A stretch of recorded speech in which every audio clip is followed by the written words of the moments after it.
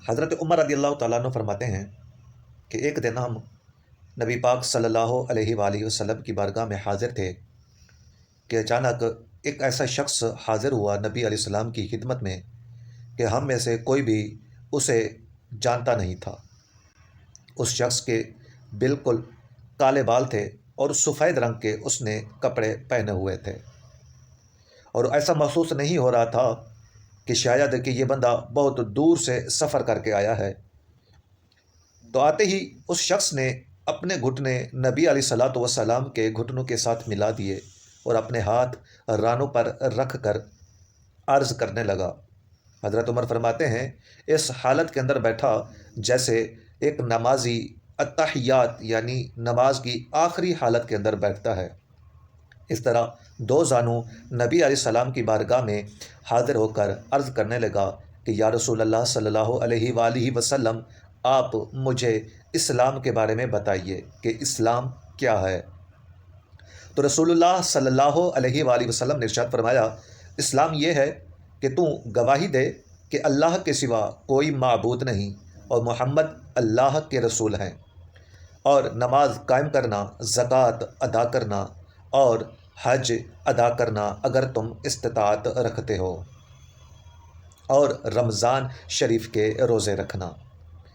پھر اس کے بعد حضرت عمر فرماتے ہیں کہ اس شخص نے عرض کی کہ یا رسول اللہ صلی اللہ علیہ وآلہ وسلم، آپ نے سچ فرمایا۔ حضرت عمر فرماتے ہیں کہ ہمیں تعجب ہوا کہ یہ بڑا عجیب آدمی ہے، سوال کرتا ہے اور پھر اس کی تصدیق بھی کر دیتا ہے کہ آپ نے سچ فرمایا، حالانکہ سوال وہی کرتا ہے جس کو علم نہ ہو، نہ جاننے والا ہی سوال کرتا ہے۔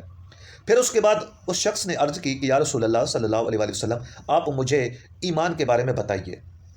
تو آپ صلی اللہ علیہ وآلہ وسلم نے ارشاد فرمایا کہ تو گواہی دے کہ اللہ کے سوا کوئی معبود نہیں اور محمد اللہ کے رسول ہیں، اللہ اور اس کے رسولوں پر ایمان رکھنا، اور فرشتوں اور اس کی کتاب پر ایمان رکھنا، اور آخری دن یعنی قیامت پر ایمان رکھنا، اور اچھی اور بری تقدیر پر ایمان رکھنا، یہ ایمان کہلاتا ہے۔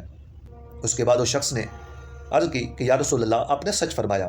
حضرت عمر فرماتے کہ ہمیں تعجب ہوتا جا رہا تھا کہ یہ بڑا عجیب آدمی ہے۔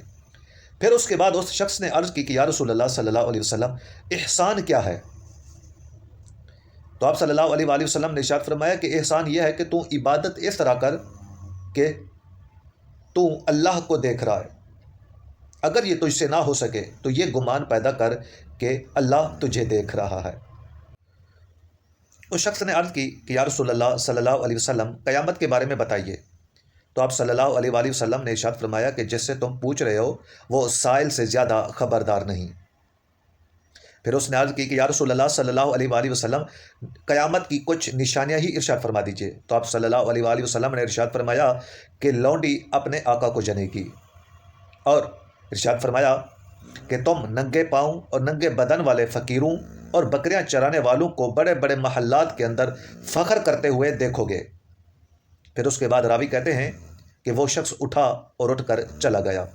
حضرت عمر فرماتے ہیں کہ حضور صلی اللہ علیہ وآلہ وسلم کچھ دیر خاموش رہے، پھر میری طرف متوجہ ہو کر فرمایا کہ اے عمر، جانتے ہو کہ یہ شخص کون تھا؟ حضرت عمر فرماتے ہیں کہ یا رسول اللہ صلی اللہ علیہ وآلہ وسلم، میں نے عرض کی کہ یا رسول اللہ، میں نہیں جانتا کہ یہ شخص کون تھا۔ تو آپ صلی اللہ علیہ وآلہ وسلم نے ارشاد فرمایا کہ یہ جبرائیل امین علیہ الصلوۃ والسلام، یہ تمہیں دین، یہ فرشتوں کے سردار تھے اور وہ تمہیں تمہارا دین سکھانے آئے تھے۔ اللہ تعالیٰ ہم سب کو اپنے پیارے دین پر عمل کرنے کی توفیق عطا فرمائے، اپنے پیارے نبی کی سنتوں پر چلنے کی اللہ توفیق عطا فرمائے۔ پوری دنیا کے اندر جتنے بھی مذاہب ہیں، یہ اسلام ہی ہے کہ جو مسلمان کو زندگی کے ہر موڑ پر اس کی رہنمائی فرماتا ہے۔